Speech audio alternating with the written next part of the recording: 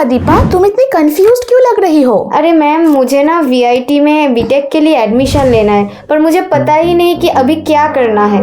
बस इतना सा कंफ्यूजन है। So welcome to all my engineering aspirants, welcome to aspiring life consultants private limited. मैं हूँ आपकी देबोश्रुति मैम और ये है दीपा, मेरी स्टूडेंट, जिसको ये कंफ्यूजन है कि वो वीआईटी वेलोर में पर्टिकुलरली, है ना, वीआईटी वेलोर में पर्टिकुलरली अपना बीटेक करना चाहती है, पर उसे नहीं पता कि कैसे वीआईटी वेलोर में वो बीटेक कर सकती है। ऐसे कंफ्यूजन्स आप लोगों को भी हो सकता है ना?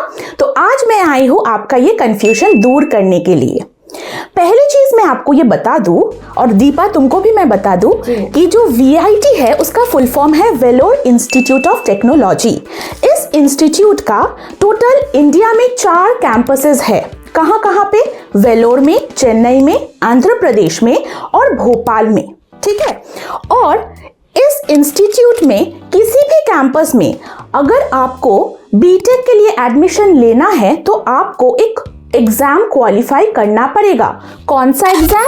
VIT-EEE, जिसका फुल फॉर्म है Vellore Institute of Technology Engineering Entrance Examination, जो कि वीआईटी खुद कंडक्ट करवाता है। ठीक है।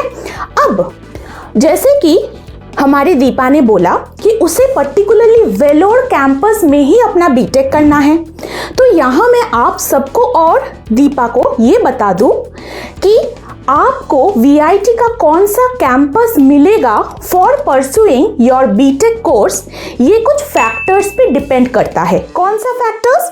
द फर्स्ट फैक्टर इज आपका VIT-EEE एग्जामिनेशन में स्कोर कितना आया हुआ है या रैंक कितना आया हुआ है। सेकेंड फैक्टर क्या है? सेकेंड फैक्टर, आप कौन सा पर्टिकुलर कोर्स में बीटेक करना चाहते हो, ये है सेकेंड फैक्टर। और थर्ड फैक्टर है कि सीट्स अवेलेबल है या नहीं। इसका क्या मतलब है? इसका ये मतलब है कि जो आपका डिजायरेबल कैंपस है वीआईटी का, उसमें आपका डिजायरेबल कोर्स अवेलेबल है या नहीं, और अगर अवेलेबल है तो उसमें ऑनलाइन काउंसलिंग के दौरान क्या सीट्स अवेलेबल है या नहीं। इतना समझ में आया दीपा? जी मैम। ओके, आप लोगों को भी शायद समझ में आया होगा। अब आते हैं थर्ड वेरी इंपॉर्टेंट पॉइंट पे। देखो, जैसे कि मैंने बताया कि जो एग्जामिनेशन आपको क्वालिफाई करना पड़ेगा वो कौन सा एग्जामिनेशन है? VIT-EEE एग्जामिनेशन, जो कि VIT खुद कंडक्ट करवाता है। ठीक है। ये एग्जामिनेशन कंपलसरी है फॉर ऑल इंडियन नेशनल्स, ये याद रखिएगा। ओके। अब कुछ लोग आ सकते हैं जो कि NRI है, जो कि OCI है, या जो कि फॉरेन कैंडिडेट्स है।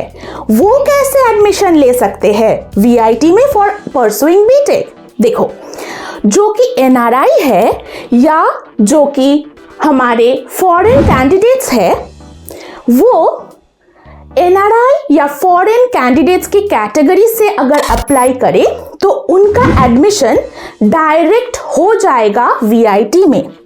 ठीक है। और जो हमारे NRI है या OCI है, अगर वो जनरल कैटेगरी से अप्लाई करना चाहे तो उनके लिए VIT-EEE एग्जामिनेशन देना जरूरी है और उसे क्वालिफाई करना भी जरूरी है। इतना समझ में आ गया? अब देखो, और एक वेरी वेरी इंपॉर्टेंट पॉइंट मैं बताने जा रही हूं। जो VIT-EEE एग्जामिनेशन होता है उसमें अगर आपका जो रैंक है वो 1 लाख से कम होता है, इन दैट केस आप एलिजिबल हो ऑनलाइन काउंसलिंग के लिए चारों कैंपसेस ऑफ VIT में। मतलब कौन से कैंपसेस? वेलोर में जो कैंपस है, चेन्नई में जो कैंपस है, आंध्र प्रदेश में जो कैंपस है और भोपाल में जो कैंपस है। पर अगर आपका जो स्कोर है, मतलब VIT-EEE का जो रैंक है वो 1 लाख से ज्यादा है, तब आप ऑनलाइन काउंसलिंग के लिए एलिजिबल हो सिर्फ और सिर्फ 2 VIT कैंपसेस में, जो कि कहाँ पे है, आंध्र प्रदेश में है और हमारे भोपाल में है। ठीक है, इतना समझ में आ गया? ये कंफ्यूजन दूर हुआ तुम्हारा दीपा?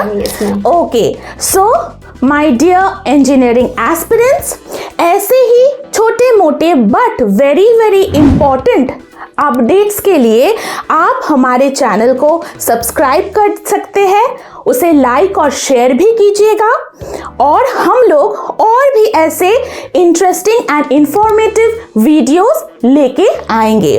और डिटेल में अगर आपको इंफॉर्मेशन चाहिए for engineering courses, for admission in different BTech colleges, different private BTech colleges, तो आप नीचे दिए गए नंबर पे कॉल कर सकते हैं।